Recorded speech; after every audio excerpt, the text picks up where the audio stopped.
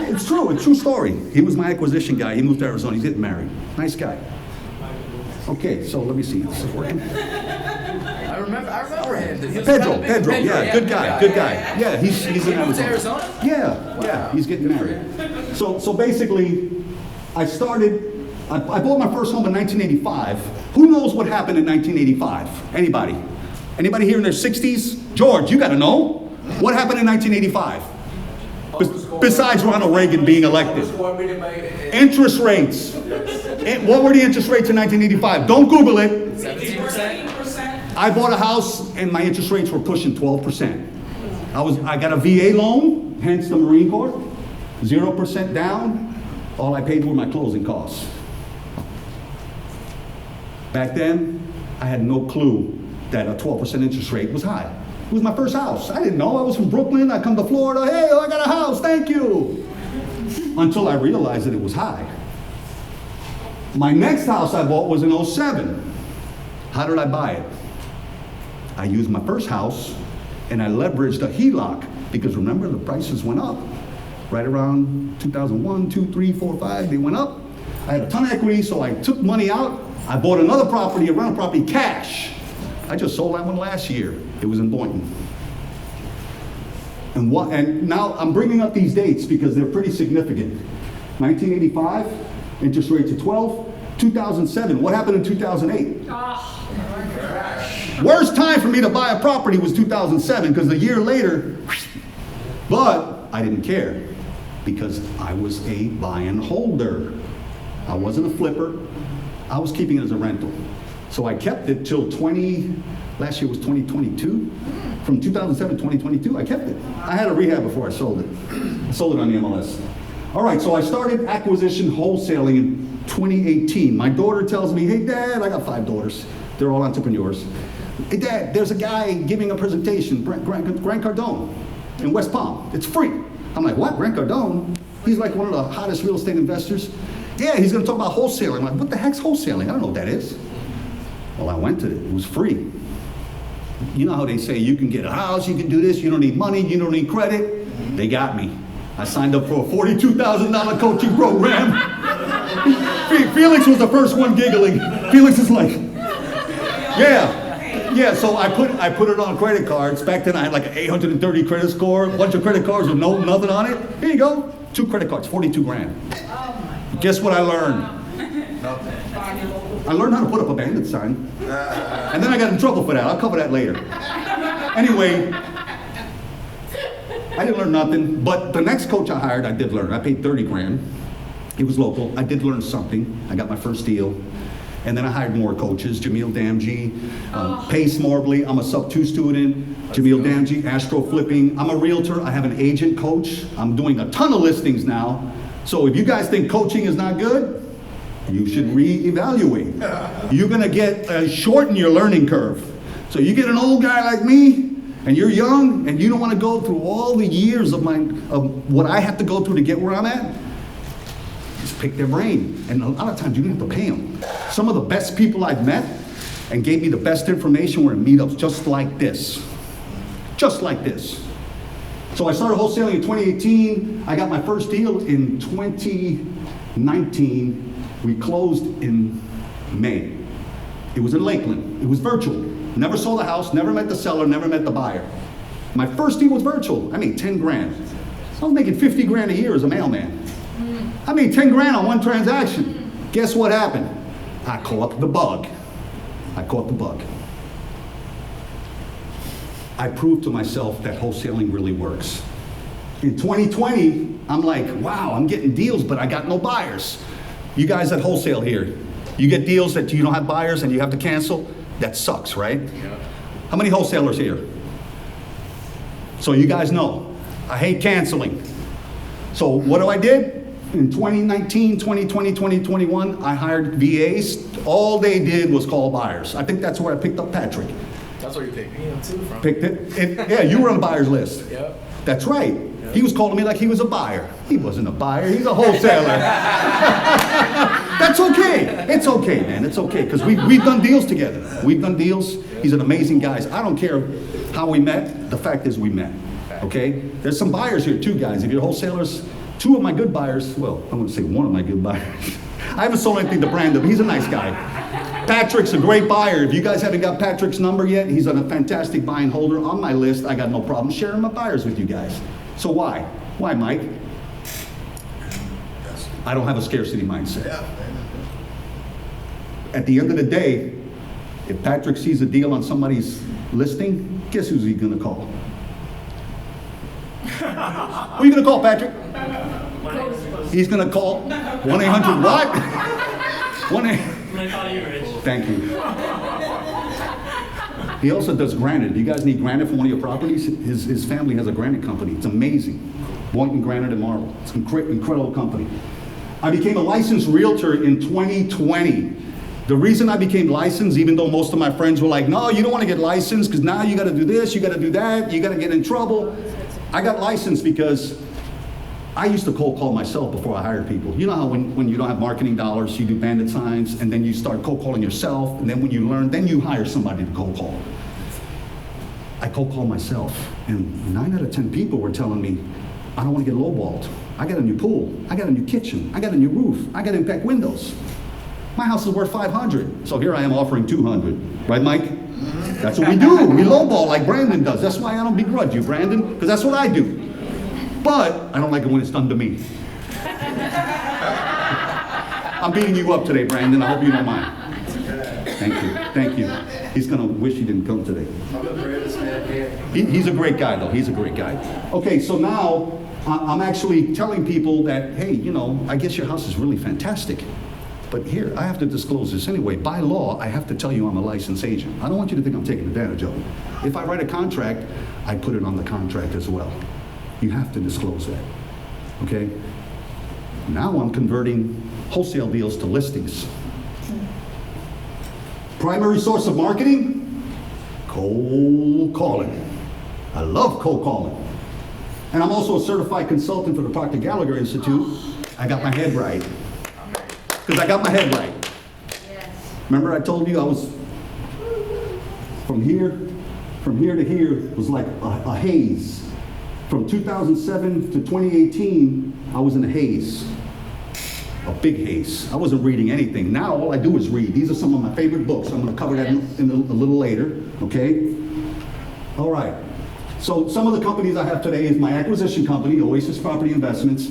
That's also my YouTube channel. If you guys want to see previous meetups, I believe I have August of last year up until today, including today's meetup is going to be recorded as well, but I probably won't put it on my channel till 2 weekends from now, because this weekend it's crazy. I got to help one of my listing clients move. Sell My Florida House, that's for my sellers. I got testimonials of real sellers on that site. It's a credibility website. People check you out, right? Don't get me wrong, you don't need a website. I got friends that don't have websites or business cards and they're still crushing it. My disposition company. My wife and I buy rentals. We do flips. We even buy land. We'll even flip land. Oh yeah, I flipped like eight lots last year. It was great. I wholesale them. So what I do is, I call somebody like Robert, and he wants a little too much. Robert, you're asking a little too much, but let's go ahead and put it on paper. I may not be your buyer, but I have friends that pay more. So I'm gonna call Patrick. Hey Patrick, you wanna buy this house? They want a little too much, so I don't want it. You want it? Patrick may not buy for cash flow like I do. Maybe he buys for appreciation and depreciation, and he'll pay more. So at that point, I notify the seller. I set the expectations. I may not be the end buyer signing. He may be one of my friends, but you're gonna get everything I promised you. That way, at the end of the day, when they close, they see a different entity on the title, they don't freak out. Some of my friends tell me, oh, the seller won't sign because I'm not closing. Well, you should have set the expectations and disclosed that. So essentially, you're telling him you're gonna wholesale it without telling him you're wholesaling. Never use the word wholesale to a seller. Never. Okay, that's my wholesaler website. That's where my buyers go. I have properties on there that I actually closed on, direct and joint venture. The housing market. Okay, this should be 22 and 23. I like my Mac, but it's not jiving with my Mac at home because my Mac at home says 22 and 23, so forgive me for the mix up here. Just ignore the dates. So let's just say last year a $600,000 house at a 3% interest rate, PITI, principal, interest, and taxes, The payment's $2,024. In the next year, 7% interest, that same house, less, is going to cost $3,140. Okay? So that's how interest rates affect your house payment. So how do we survive in this changing market with these crazy interest rates going up? We got to do what people are not doing.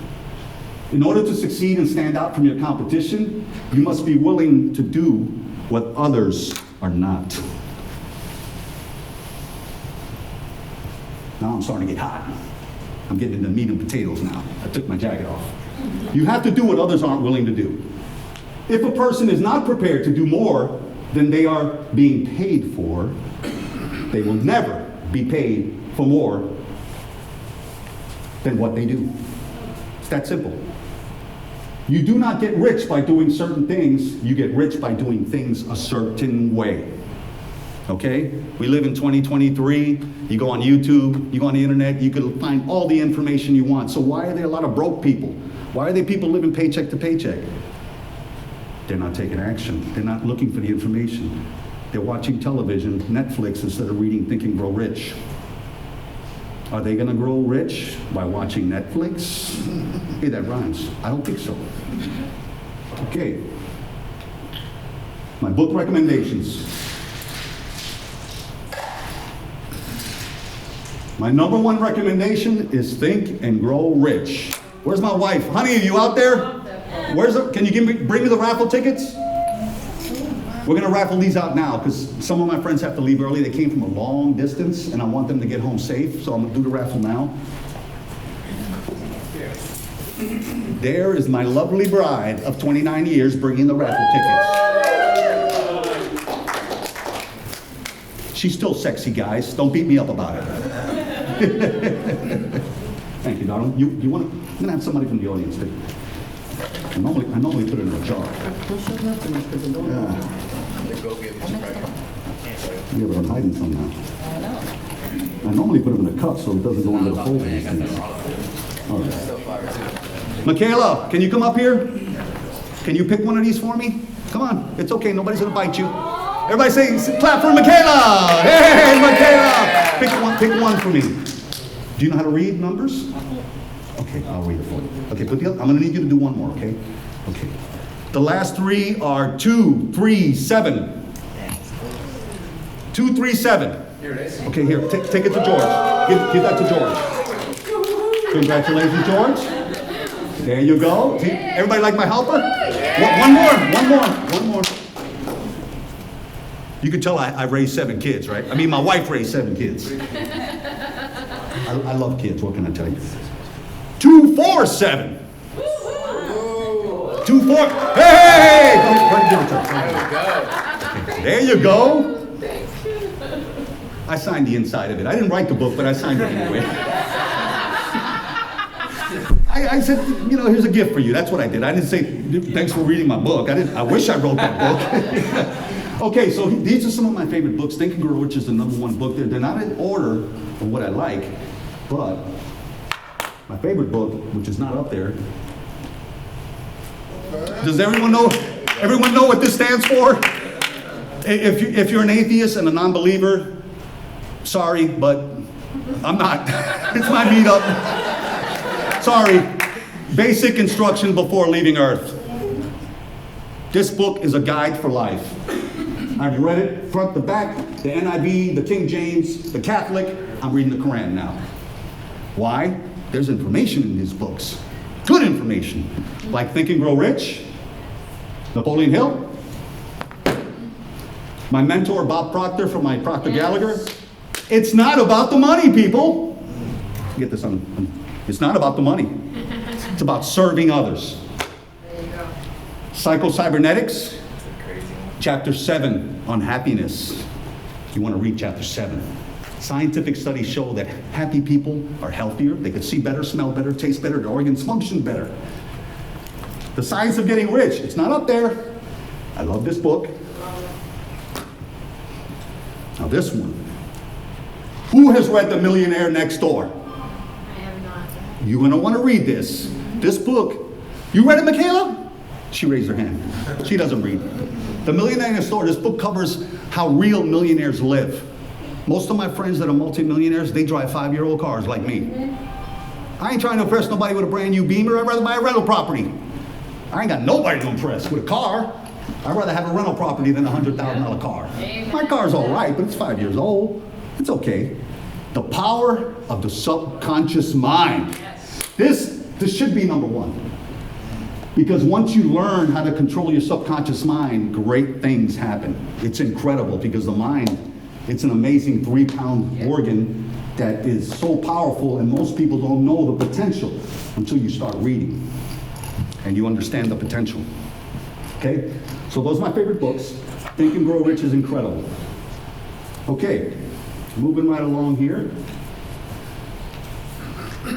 Here's the cold caller thing. But first, we're going to cover how to adjust your marketing. Okay. Part of what I do when I speak to sellers is I make various offers. One is a terms offer, creative financing.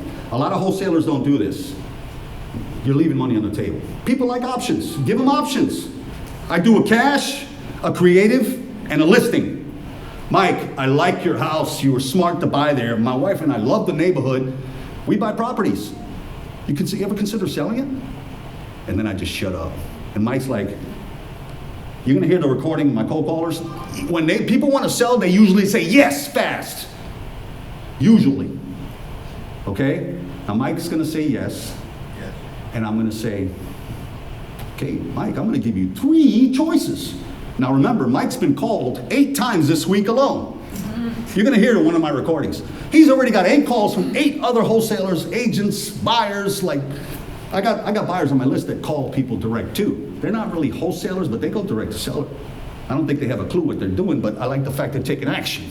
Because at the end of the day, you gotta take action. Nobody else makes offers. Nobody else gives them 3 offers. You know what they tell me? Oh, I get calls all the time, and when I tell them to make me an offer, they never call back. They never make an offer. Never happened to you, Aisha? Wow. That never happened to you? Right. They never make an offer. But I'm like, That happened to you, Robert? People are like, they call me all the time, they never make an offer. And I'm like, perfect. I say, wait a minute, Mike. Always call him by their first name. Not Mr. Sampson or Mr. Joe. Mike. If his name's Michael, I get permission to call him Mike. Mike, I'm gonna make you an offer. But look, it's like buying a used car. Have you ever bought a car? Everybody has. Yeah. Okay, have you ever bought a car without seeing it? Without test driving it? Without opening the hood? Without checking for leaks? Yeah. No! Maybe a brand new one on the internet, on Carvana or something. Not even. But a house, Mike, the house was built in 1962. I gotta look at it. I gotta touch it. I gotta feel it. Now, don't get me wrong, Mike.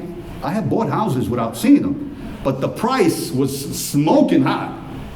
And I made the assumption that it needed a full rehab, including the roof, windows, floor, kitchen, bathrooms, everything. But when I do sight unseen, I expect a good discount, as do my buyers. Okay? So I want to see the house, Mike. So I gauge his motivation. If he's not motivated, I'm not going to waste my time going over there. I want to get a ballpark number out of him. Why? The first person that names, what happens? The first person that names the price usually loses the negotiation. That's why you never want to give the seller the first number. And when you hear my cold callers, you're going to see how they handle that. Okay? So basically, creative terms are the new thing now. A lot of people are underwater. Their interest rates on an adjustable mortgage went up. They can't sell. They're underwater. But we swoop in and we will help you. We'll take over your payments. We'll give you a couple of bucks. We'll do a wrap. As a matter of fact, Alex, where are you? Stand up for a second. This is my new friend, Alex. Alex. If you did not get his card, I've used his title company, New Path Title in West Palm. Alex just told me that they do creative deals there. They do subject to, they do wraps. So if any of you wholesalers, buyers, anybody wants help with a creative deal, call Alex. Believe me, I checked him out. I asked him questions. He's the real deal, okay? And I have used his title company. It's an amazing company. Nice location. You gave everybody your card, right? Okay, okay.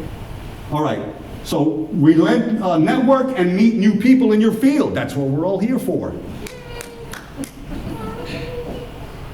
Who's the lady that met me at an event 2 years ago? Where are you? There she is. What was your name again? Shanetta. Shanetta met me 2 years ago, and here she is today. The guy that I met at that meetup, I handed out business cards to everybody there. It was a big event. There was like 300 people. I handed out business cards, buyer cards to everybody. One person called me. This is a true story. One guy called me. His name is Philip. I've already sold him like 6 houses. I've already made about 100 grand. But this one guy, okay? One guy came to my meetup last year. It was March or April.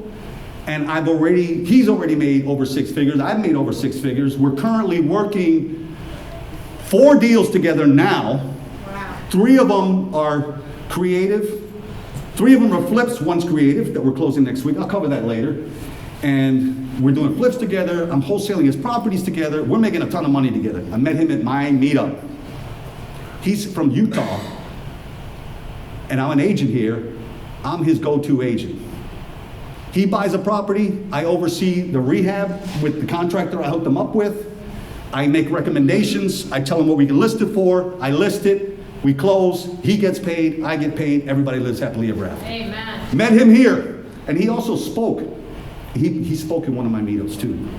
I don't think I recorded him because I wasn't doing recordings back then, but he spoke at one of my meetups. Okay?